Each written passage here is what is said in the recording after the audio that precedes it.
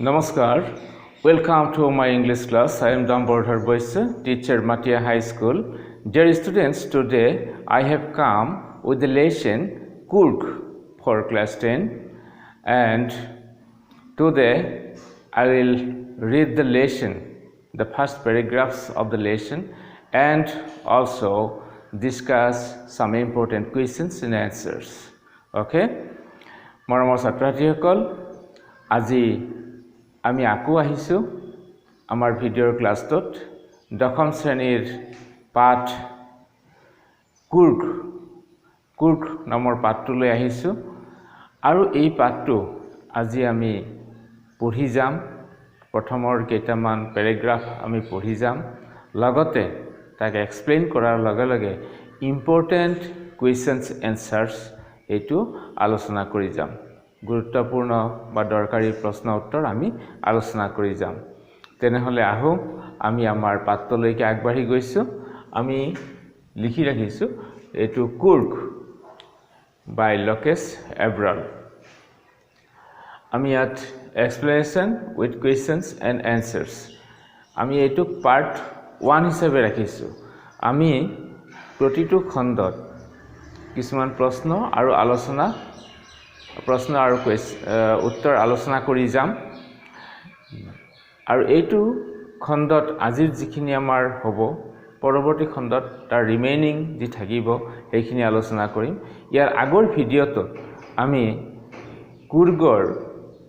সাৰাংশখিনি যিখিনি সামাৰি এইখিনি আমি প্ৰকাশ কৰিছো গতিকে ছাত্ৰছাত্ৰীসকল আমি এই পাঠটো আলোচনা কৰিবলৈ যোৱাৰ সময়ত আমি বিচাৰো ছাত্ৰছাত্ৰীসকলে যেন তেওঁলোকৰ যিখন পাঠ্যপুথি টেক্সট বুক এইখন হৈছে ফাৰ্ষ্ট ফ্লাইট এই কিতাপখন তেওঁলোকৰ লগত ৰাখিব আৰু আমাৰ পাঠটো যেটো আমাৰ 90 পেজ নম্বৰ 90 এই 90 পেজত আমি কুৰ্গ নামৰ এই পাঠটো তেওঁলোকে উলিয়াই ৰাখিব আমি এই পাঠটো আজি পঢ়াই দিম অৰ্থাৎ ৰিড আউট কৰিম আৰু লগতে তাৰ ব্যাখ্যা আমি কৰি যাম প্ৰশ্ন আলোচনা কৰি যাম ঠিক আছে তে let's start Coorg is coffee country famous for its rainforests and spaces আমাক ইয়াত কি কৈছে the first line এটা আছে এই লাইনটোৰ ওপৰত কুৰ্গৰ ঠিক তলতে আমাক এটা কথা কোৱা হৈছে এইটো কৈছে কুৰ্গ is coffee country ছাত্ৰছাত্ৰীসকলক এইখিনিতে মই ক'ব বিচাৰিছো কান্ট্ৰি শব্দটোৰ দ্বাৰা এখন দেশক বুজায় যেনে ইণ্ডিয়া ইজ আওৰ কান্ট্ৰি ভাৰতবৰ্ষ আমাৰ দেশ এতিয়া এই কান্ট্ৰি আৰু কান্ট্ৰিটোৱে এটা গ্ৰাম্য অঞ্চলৰ কান্ট্ৰি সাইড মানে গ্ৰাম্য অঞ্চলৰ ঠাই অঞ্চলবিলাকক কান্ট্ৰি সাইড বুলি কোৱা হয় কিন্তু ইয়াত যেটো কোৱা হৈছে কান্ট্ৰি যে কুৰ্গ ইজ কফি কান্ট্ৰি কুৰ্গক এখন কফিৰ দেশ বুলি কোৱা হয় ইয়াত হেতু সেন্সত কোৱা হৈছে আমি যেটো সেন্সত আমাৰ দেশ ভাৰতবৰ্ষক কান্ট্ৰি হিচাপে লওঁ হেতু সেন্সত কোৱা হোৱা নাই ইয়াত এইটো হৈছে যে সেই অঞ্চলটোত কফি খুব বেছিকৈ উৎপাদন কৰা হয় ইয়াক সেই কাৰণে ইয়াত কফিৰ দেশ বুলি কোৱা হয় গতিকে আমাৰ যেনেকৈ অসম দেশৰ বাগিচাৰে আমি পাওঁ ঠিক তেনেকুৱা কৈ গীত আছে যে অসম দেশ হেতু দেশ মানে সেই অঞ্চল সেই মুলুক সেই অঞ্চলটোক বুজাবৰ কাৰণে লেখকে ইয়াত কান্ট্ৰি শব্দটো ব্যৱহাৰ কৰিছে গতিকে আমি ভাবিব নালাগিব যে কুৰ্গ বুলি কোৱাৰ লগে লগে ভাৰত এখন যেনেকুৱা দেশ কুৰ্গ এখন বেলেগ দেশ এইটো নহয় কুৰ্গ ইজ কফি কান্ট্ৰি ইয়াত কুৰ্গ হৈছে কফিৰ দেশ অৰ্থাৎ কফি উৎপাদন কৰা এটা অঞ্চল famous for its rainforests মানে হৈছে বৰ্ষা অৰণ্য famous for অৰ্থাৎ বিখ্যাত কিহৰ কাৰণে বিখ্যাত rainforests and spices হৈছে মছলা জাতীয় উদ্ভিদ কিছুমান আছে যেনে সাইনামম কাৰ্ডামম আমাৰ যেনে এলাচি ডালচেনি লং এইবিলাক আমি বিভিন্ন ধৰণৰ মা মছলাযুক্ত আমাৰ মছলা জাতীয় শস্য কিছুমান হয় আৰু এইবোৰ তাত বেছিকৈ উৎপাদন হয় সেই কাৰণে যেনে ক্লোভছ মানে আমি কি পাওঁ যিবিলাক লং বুলি কোৱা হয় ঠিক তেনেকৈ ধৰা এলাচি আছে আমাৰ কি আছে এইটো কাৰ্ডামম বা চাইনামম এইবিলাক যে আছে এই মছলা জাতীয় যিবিলাক উদ্ভিদ আছে এই উদ্ভিদবোৰো তাত উৎপাদন কৰা হয় সেই কাৰণে লেখকে অৰ্থাৎ ইয়াত কুৰ্গৰ তলতেই এটা চিনাকি দিছে যে কুৰ্গ ইজ কফি কান্ট্ৰি আৰু এটো famous for its rain forest and spices ঠিক আছে গতিকে আমি ছাত্ৰ-ছাত্ৰীসকলক সেইখিনি কথাৰ মাজেৰে এইটো ক'লো যে কুৰ্গ হৈছে এনে এখন ঠাই যিখন কফি উৎপাদনৰ কাৰণে বিখ্যাত ইয়াৰ বৰ্ষা অৰণ্যবোৰৰ কাৰণে বিখ্যাত ইয়াৰ মছলা জাতীয় উদ্ভিদৰ কাৰণে বিখ্যাত তেনেহলে আমি আমাৰ লেসনটো তলৰখিনি আৰম্ভ কৰিছো ইয়াত লিখা হৈছে midway between Mysore and the coastal town of Mangalore sits a pitch of heaven that must have drifted from the kingdom of God. ইয়াত কি কৰা হৈছে আমাক এতিয়া কুৰ্গ পঢ়াটোৰ নামটো আমি পাইছো কিন্তু লেসনটো যেতিয়া স্টাৰ্ট হৈছে স্টাৰ্টিং লাইনছ বৰ্ডত কুৰ্গৰ নাম লিখা হোৱা নাই কুৰ্গৰ নামটো তাত লিখা হোৱা নাই ইয়াত কি কৰিছে midway between Mysore and the coastal town of Mangalore তাৰ মানে মাইসৰ আৰু উপকূলীয় চহৰ মেংগালোৰৰ মাজৰ ৰাস্তাত মাজত sits আছে is situated a piece of heaven কি আছে এখন সৰগৰ অংশ এটা ৰৈ আছে তাতে আমি আগৰ ভিডিঅ'ত আমি লোকেশনটো দেখুৱাইছো আমি with the help of Indian map আমি মেপখনৰ ভাৰতৰ মেপখনৰ সহায়ত আমি কুৰ্গৰ লোকেশনটো দেখুৱাই দিছো গতিকে তাত মাইসৰ আৰু মেংগালোৰ এই স্পট দুটা অৰ্থাৎ এই ঠাই দুখনৰ কথাও তাত উল্লেখ কৰিছো গতিকে ইয়াত কি কৈছে যে মিডৱে between Mysore and the coastal town of Mangalore coastal town বুলি কোৱাৰ লগে লগে সাগৰৰ পাৰৰ যি উপকূলীয় এখন চহৰ এই উপকূলত থকা এইটো coastal বুলি কোৱা হৈছে coast মানে উপকূল আৰু coast সেই উপকূলৰ কাষৰীয়া যি ঠাই তাক coastal বুলি কোৱা হয় গতিকে coastal town মানে সাগৰৰ উপকূলীয় অঞ্চলত থকা এখন চহৰ এই চহৰখন হৈছে মেংগালোৰ গতিকে সেই মেংগালোৰ উপকূলীয় চহৰ মেংগালোৰৰ মাজত মানে এটো কাৰ মাজত মাইসৰ বা মহীশূৰ আৰু মেংগালোৰৰ মাজত অৱস্থিত হৈ আছে এ পিচ অফ হেভেন কাৰ লগত তুলনা কৰিছে হেভেনৰ লগত that must have drifted from the kingdom of God আৰু এইখন নিশ্চয় কি হৈছে ঈশ্বৰৰ যি ৰাজ্য বুলি কোৱাৰ লগে লগে কিংডম মানে এখন ৰাজ্য য'ত ৰজাই ৰুল কৰে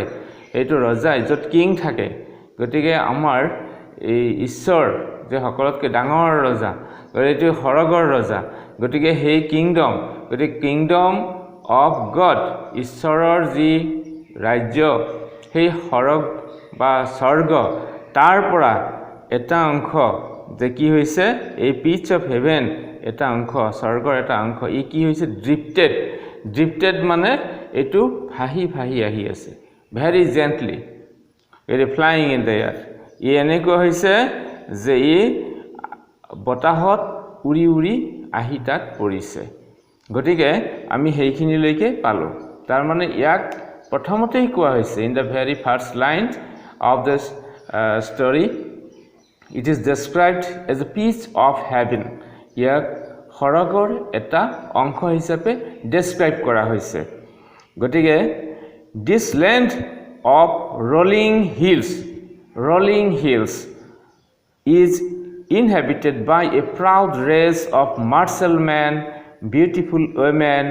and wild creatures এইটো ঠাইডোখৰ কেনেকুৱা এডোখৰ হিলি প্লেস ইয়াত পাহাৰ আছে rolling hillsৰ ধাৰণাটো আমি এনেকৈ ল'ব পাৰো যদি দূৰত আমি পাহাৰৰ দৃশ্যবোৰ চাওঁ কেনেকুৱা দৃশ্য দেখো দূৰত পাহাৰৰ দৃশ্যবোৰ দেখিলে আমি ঢৌ খেলা এনেকৈ ঢৌ খেলি থকা দেখা পাওঁ আমি যেতিয়া পাহাৰবোৰ দেখা পাওঁ এনেকৈ ঢৌ খেলি আছে গতিকে এই ঢৌ খেলি থকা যিবিলাক ৱেভ লাইক যিবিলাক হিলছ আছে এইটোকে কৈছে ৰলিং হিলছ যে এনেকৈ গৈ আছে ঢৌ খেলি খেলি গৈ থকা সেই সুন্দৰ দৃশ্যবোৰ পাহাৰীয়া দৃশ্যবোৰ আমি যদি চাওঁ তেনেহ'লে তেনেধৰণৰ আমি ঢৌ খেলি থকা এই চূড়াবিলাক পাহাৰৰ চূড়াবিলাকৰ সৈতে আমি তেনেকুৱাকৈ পাহাৰবোৰ দেখা পাওঁ সেইকাৰণে ইয়াত কৈছে দিছ লেণ্ড অফ ৰলিং হিলছ এই ঢৌ খেলি থকা এই সুন্দৰ পাহাৰেৰে ভৰা এই ঠাইখনত কি আছে is inhabited by a proud race of martial men ইয়াত অধিবাসী ইয়াত বাস কৰি আছে এটা গৰ্বিত জাতি প্ৰাউড ৰেচ মানে হৈছে জাতি আমি যেনে হিউমেন ৰেচ মানৱ প্ৰজাতি আছে এই ৰেচটোৱে এটা প্ৰজাতিক বুজাইছে এটা ৰেচ দ্য হিউমেন ৰেচ মানৱ প্ৰজাতি ঠিক তেনেকৈ এই ৰেচ শব্দটোৱে কি হয় ৰেচ শব্দটোৰ কেইবাটাও মিনিং আছে আমি ৰেচ বুলি কোৱাৰ লগে লগে যেটো হিউমেন ৰেচ মানৱ প্ৰজাতি আছে আৰু ৰান শব্দটোৰ নাউনৰ ৰূপ হৈছে ৰেচ যেনে হি ৰেন এ ৰেচ হি এটা দৌৰ মাৰিছিল আমি তেনেকৈ ক'ব পাৰোঁ গতিকে আমি ইয়াত এই শব্দবিলাকৰ অৰ্থ কিছু জানিব লাগিব গতিকে ইয়াত আমাৰ কি পাইছোঁ যে ইয়াত আছে প্ৰাউড ৰেচ প্ৰাউড মানে গৰ্বিত যিটোক নিজক লৈ নিজৰ অৱস্থা বা পৰিচয় লৈ গৰ্ব কৰিব পাৰে a proud race of martial men এইটো হৈছে কেনেকুৱা মাৰ্চিয়েল অৰ্থাৎ সমৰ কলা যুদ্ধৰ কলা কৌশল জনা যুদ্ধৰ কৰে having to do with war যি যুদ্ধৰ লগত জড়িত সেই ব্যক্তিসমূহ সেই মেন ইয়াত পুৰুষবাচক শব্দ হৈ আছে মেন আৰু এইটো বহু বচনত আছে সেই পুৰুষবোৰ যিসকল পুৰুষ যুদ্ধ কলাৰ লগত দক্ষ যুদ্ধ কলাৰ সৈতে জড়িত সেইবোৰ মানুহৰে ভৰা সেই মানুহবোৰ তাত বাস কৰি আছে এণ্ড বিউটিফুল উইমেন আৰু সুন্দৰ মহিলাবোৰ আছে এণ্ড ৱাইল্ড ক্ৰিয়েচাৰ্ছ আৰু তাত কি আছে বন্য প্ৰাণীবোৰ আছে যিবিলাক জীৱ জন্তু জংঘলত বা বনত বাস কৰে তেনেহ'লে in the very beginning of the lesson what we have gut আমি এই আৰম্ভণিতে লেচনটোৰ আৰম্ভণিতে আমি কি পালোঁ যে এনে এডোখৰ সুন্দৰ ঠাই যি সৰগৰ এটা অংশ যেন তাত আহি পৰিছে আৰু ইয়াৰ লোকেশ্যনটো হৈছে ক'ত যে মহীশূৰ অৰ্থাৎ মাইচৰ আৰু মেংগালোৰলৈ যোৱা ৰাস্তাৰ মাজত অৰ্থাৎ মহীশূৰৰ পৰা মেংগালোৰলৈ যোৱা ৰাস্তাৰ মাজত ই অৱস্থিত আৰু ইয়াত কি আছে ই এখন হিলি প্লেচ ইয়াত পাহাৰেৰে ভৰি আছে আৰু সেই পাহাৰীয়া সেই ঠাইখনত বাস কৰা অধিবাসীসকল কোন যে এটা গৰ্বিত জাতি যি যুদ্ধৰ সমৰ কলা জনা কিছুমান মানুহ আৰু কিছুমান ধুনীয়া ভাল দেখিবলৈ ধুনীয়া তিৰোতা বা মহিলা আৰু বন্য জীৱ জন্তুৰে ইয়াত ভৰি আছে তেনেহ'লে ছাত্ৰ ছাত্ৰীসকল আমি এই পাঠটোৰ পাঠনিত এতিয়াও কুৰ্গ নামটো কিন্তু পোৱা নাই তাক বৰ্ণনা দিয়া হ'ল এটা অপৰূপ সৌন্দৰ্যৰ লগত তুলনা কৰিছে এখন স্বৰ্গৰ লগত তুলনা কৰিছে তাৰমানে আমাক ধাৰণা এটা দিছে আমি এই ধাৰণাটো কি পালোঁ যে যিখন ঠাইৰ বিষয়ে আমি পঢ়িবলৈ গৈছোঁ জানিবলৈ গৈছোঁ সেই ঠাইখন এখন অতি অপূৰ্ব সুন্দৰ ঠাই যিখনৰ সৌন্দৰ্যক সৰগৰ লগত তুলনা কৰিছে ঠিক আছে এতিয়া আমি পিছৰ পেৰাগ্ৰাফটোলৈ আগবাঢ়িছোঁ কুৰ্গ অৰ কডেগু এইবাৰ কিন্তু আমি নামটো পাই গ'লোঁ যিটোৰ কথা আমি পাঠটোৰ নাম পাইছোঁ সেই পাঠটোৰ নাম ইয়াতে আমি পালোঁ যে কুৰ্গ অৰ কডেগু the smallest district of Karnataka is home to evergreen rainforests, spices and coffee plantations. যে ইয়াত কুৰ্গ বা কডেগু বুলি কৈছে ইয়াত কুৰ্গৰ আন এটা নাম হৈছে the another name of Coorg is Kodagu. এই কডেগো নামটো হৈছে কুৰ্গৰ এটা অন্য নাম আৰু এইখন হৈছে স্মলেষ্ট ডিষ্ট্ৰিক্ট যেনে স্মল স্মলাৰ স্মলেষ্ট অৰ্থাৎ সুপাৰলেটিভ ডিগ্ৰী আছে সৰু বেছি সৰু আৰু আটাইতকৈ সৰু তাৰমানে কৰ্ণাটকত যিমান কেইখন জিলা আছে সেই জিলা কেইখনৰ ভিতৰত আটাইতকৈ সৰু জিলাখনেই হৈছে কুৰ্গ সেইকাৰণে ইয়াক the smallest district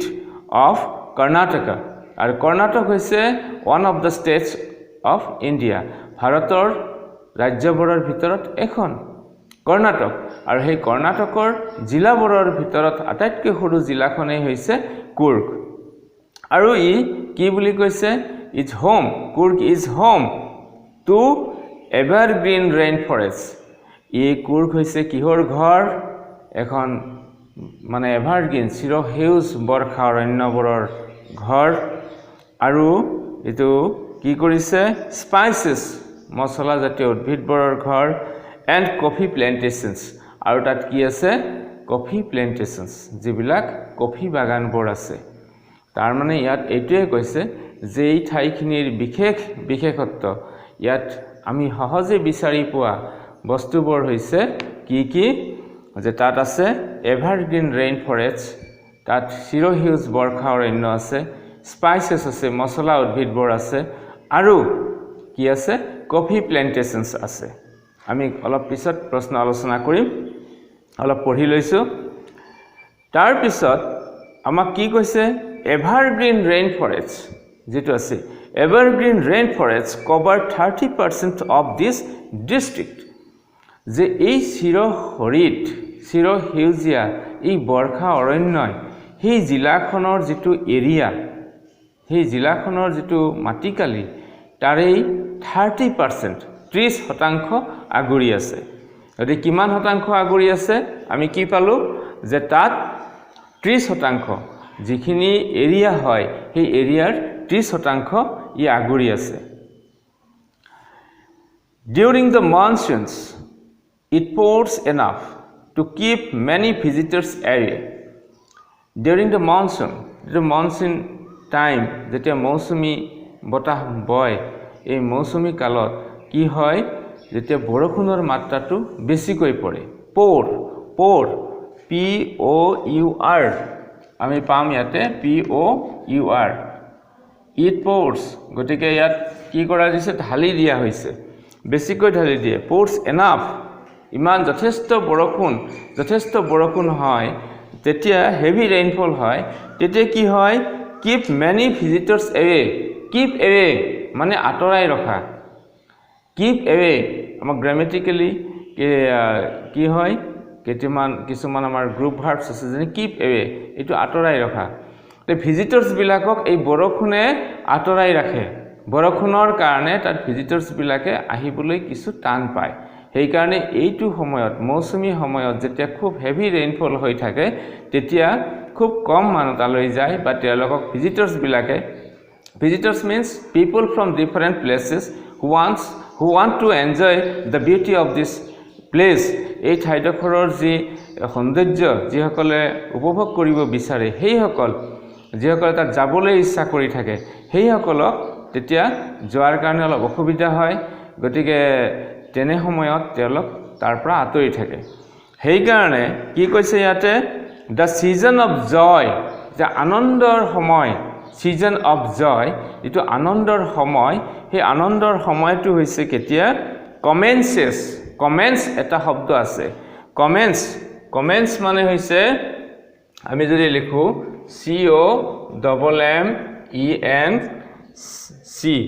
COMMENCES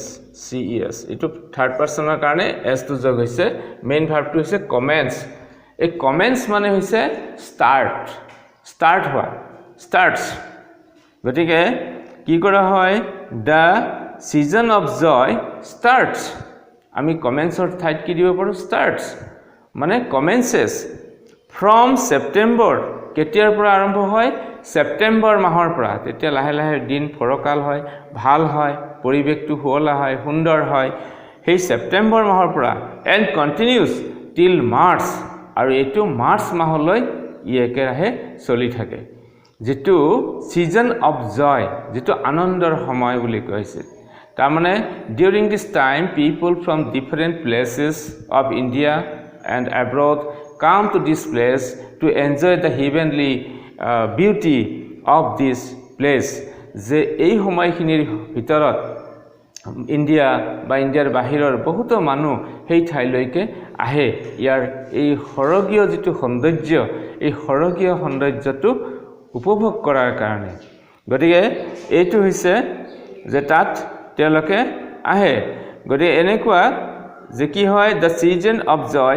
commences from September and continues till March the weather is perfect যেতিয়া weatherটো বৰ সুন্দৰ হৈ থাকে ভাল হৈ থাকে with some showers thrown in for good measure আৰু তেতিয়া কি হয় যে shower মানে rain হিসাবৰ বৰষুণ পৰে in measure মানে হৈছে হিসাব জোখ মাখ কৰা কি যিখিনি লাগে ফাকে তেনেকুৱাকৈ হিসাবৰ বৰষুণ পৰে অতিমাত্ৰা বৰষুণ নপৰে আৰু হিসাবৰ বৰষুণৰ মাজত তাত কি হয় পৰিবেশটো ভাল হৈ থাকে the air breathes the invigorating coffee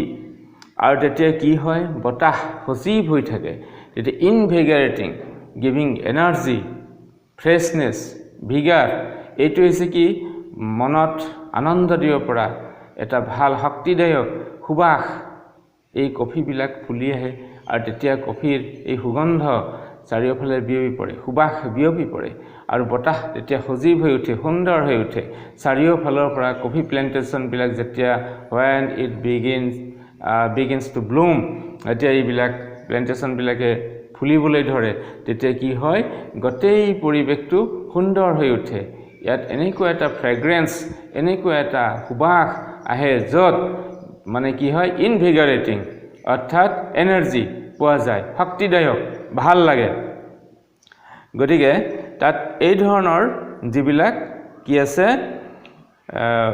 পৰিবেশ আমি পাওঁ যে তেতিয়া কি হয় কফি প্লান্টেশন বিলাক ফুলি আহিবলৈ ধৰে ভাল হ'বলৈ ধৰে আৰু বতাহত তাৰ সুবাস বিয়পি পৰে coffee estates and colonial bungalows stand tucked under the canopies in prime corners very interesting line the coffee estates মানে coffee plantations বিলাকক কৈছে আমি জান টি estate মানে চাহ বাগিচাবোৰক কওঁ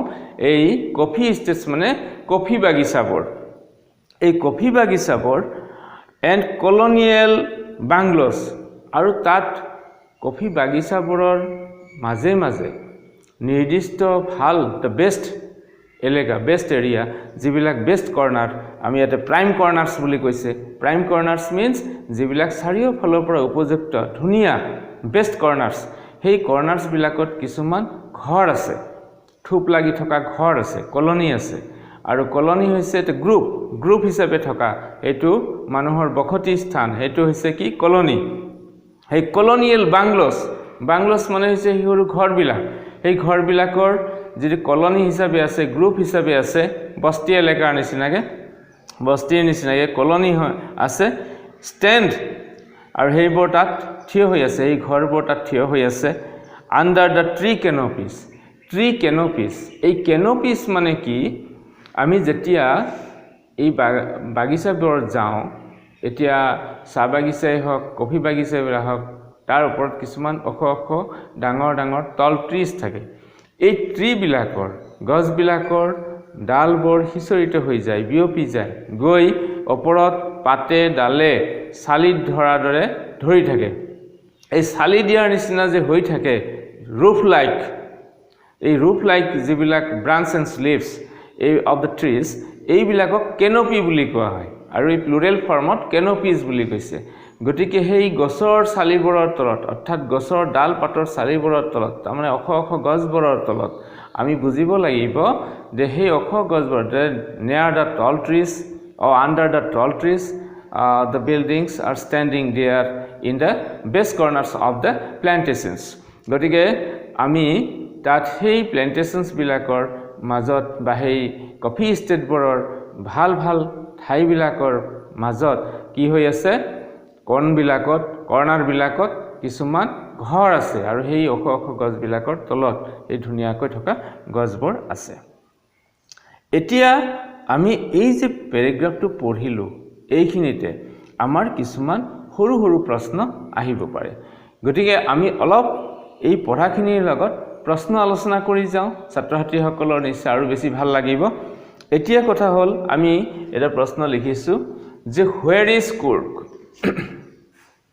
আমি ইয়াত ফাৰ্স্ট কোৱেশ্চন এটা লিখিছো where is Kurk Kurk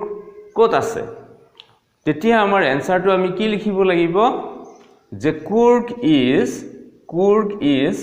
in Karnataka কুৰ্কখন কৰ্ণাটকত আছে সেইখিনিতে আমাৰ শেষ হোৱা নাই ইয়াৰ লোকেশনটো অলপ কলে আৰু ভাল হ'ব it is আমাক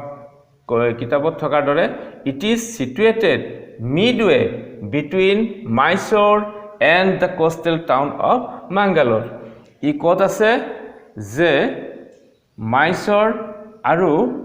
উপকূলীয় চহৰ Mangalore মাজৰ ৰাস্তাটি অৱস্থিত তাৰ মানে মহীশূৰ বা মাইসৰৰ পৰা আমি মাঙ্গালোৰলৈ গলে মাজতে কুৰ্কখন আমি পাওঁ গতিকে আমি ইয়াত কি পালো কোৱেশ্চনটো where is Kurk ছাত্ৰছাত্ৰীসকল মনোযোগেৰে চাই যাব গতিকে আতে ভালদৰে চাই গলে আমি ইয়াতে প্ৰশ্ন উত্তৰবোৰ পাম আৰু এইবিলাক ইম্পৰ্টেন্ট কোৱেশ্চনছ গতিকে where is Kurk Kurk is in Karnataka কুৰ্কখন কৰ্ণাটকত আছে কুৰ্ক ক'ত আছে কুৰ্ক কৰ্ণাটকত আছে আৰু ই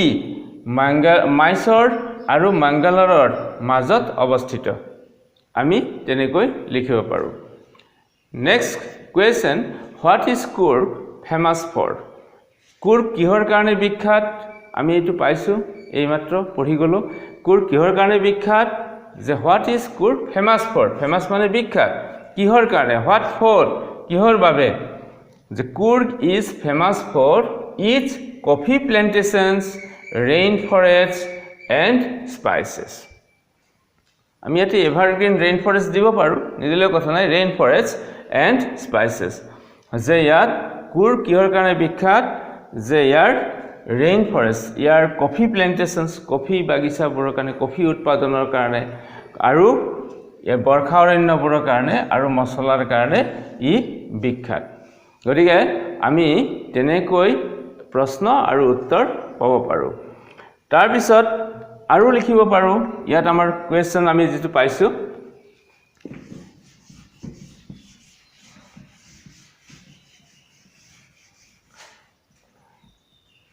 যে কুৰ্ক অৰ কদেগো বলে আছে ইয়াত কোৱেশ্চন হ'ব পাৰে what is the other name of Kurk কুৰ্কৰ আন এটা নাম আনটো নাম কি আমি এনসাৰটো যদি লিখো আমি ইয়াৰ পৰা স্টাৰ্ট কৰো কিছুমান ছাত্ৰছাত্ৰীয়ে এনসাৰটো কৰ পৰা স্টাৰ্ট কৰিব কেনেকৈ কৰিব অলপ হয়তো ভাইবলৈ মানে টান লাগে তেওঁলোকে মানে কৰ পৰা স্টাৰ্ট কৰিব ভেৰি ইজি আমি ইয়াৰ পৰাই পাওঁ the other name আনটো নাম the another name হ'ব পাৰে the another name আন এটা নাম আছে বা the other name of Kurk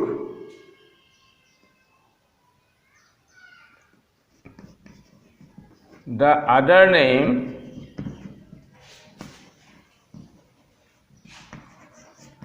of Kurk is কি পাইছো কদেগো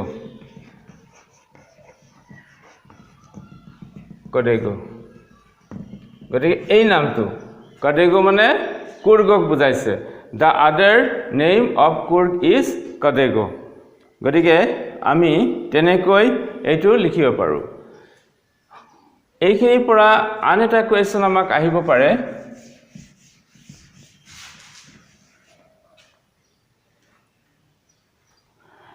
হেতু যে what is the smallest district of Karnataka. What is the smallest district of Karnataka? তেতিয়া আমি কি পালো আমি পাঠটোত পাইছো the smallest district Coorg, the smallest district of Karnataka. গতি হেইটো লাইনৰ ওপৰত বেছ কৰি এই কোৱেশ্চনটো হ'ব পাৰে তেতিয়া আমি লিখিব লাগিব the smallest district of Karnataka is তাৰ পৰা আৰম্ভ হ'ব আমাৰ ষ্টাৰ্ট হ'ব the smallest district of Karnataka is Coorg. আমি তেনেকৈ পাম এটো আমাৰ আৰু এটা প্ৰশ্ন আহিব পাৰে এনে ধৰণৰ আমিটো পাইছো যে তাত কুৰ্গত যাবৰ কাৰণে বছৰটোৰ সকলো সময়টো ঠিক নহয় কিছুমান বিশেষ সময়তে তাত যাব পাৰি কেতিয়াৰ পৰা এইটো সময় যেটো আমাৰ season of joy commences from September and continues till March আমি এইখিনি এটা লাইন পাইছো তেনেহলে আমাৰ ইয়াত কি হ'ব পাৰে যে কেতিয়া এইটো ষ্টাৰ্ট হয় আমি এইটো কোৱেশ্চনটো লিখো যে ইয়াত 4 5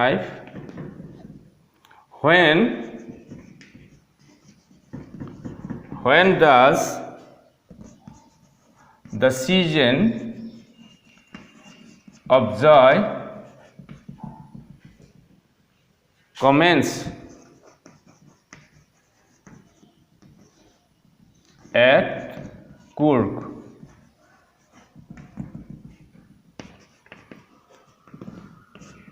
আমি কি লিখিম ইয়াতে যেটো আমি পালো যে when does the season of joy commence at Coorg আমি কুৰ্গত যে কি পালো যে কুৰ্গত যেটো আনন্দৰ যেটো সময় সিজন কেতিয়া আৰম্ভ হয় তেতিয়া আমি ইয়াৰ পৰা ষ্টাৰ্ট কৰো the season of joy commences কেতিয়া কমেন্স কৰে এটো কুৰ্গটো আমি পিছত লিখিব পাৰো আগে ইয়াৰ পৰা the season of joy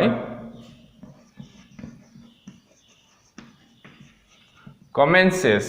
from September and continues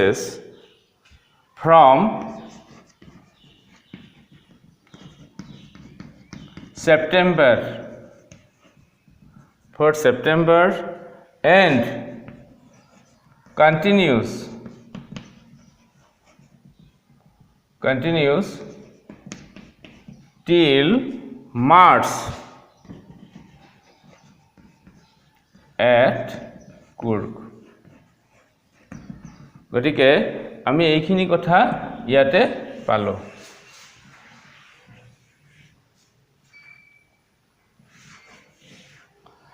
ছাত্ৰসকল আমি ইয়াত কি লিখিলো যে when does the season of joy commence at Coorg আমি এনসারটো পালো the season of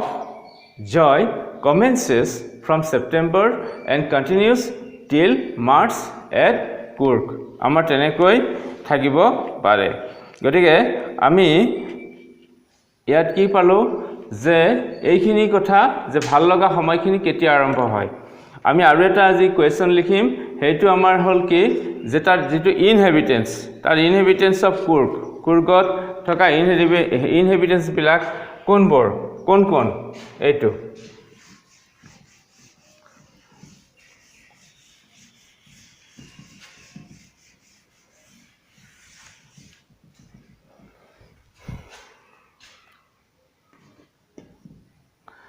ইয়াত question to hobo who are the inhabitants as is কি বলাইব who are the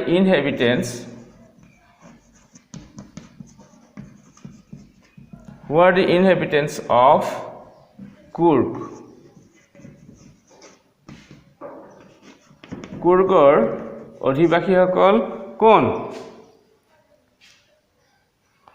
আমি কি পাইছো যিবিলাক মাৰ্শাল ম্যান the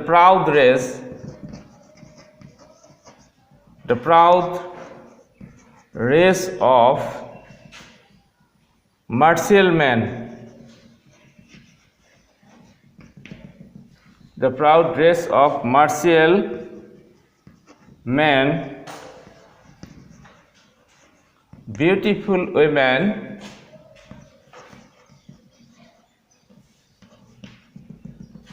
এটা প্লুৰেল ফৰ্মত আছে men plural form women plural form এইটো চাই লবা and wild creatures প্ৰাণী wild creatures are the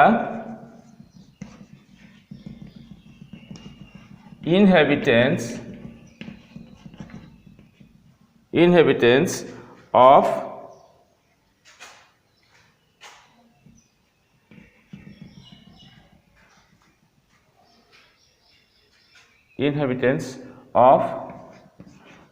Coorg. গতিকে আমি ইয়াত কি পালো who are the inhabitants of Coorg ইয়াত পালো আমি the proud race ছাত্ৰসকল চাই যাব লাগে the proud race of martial men beautiful women and wild creatures are the inhabitants of Coorg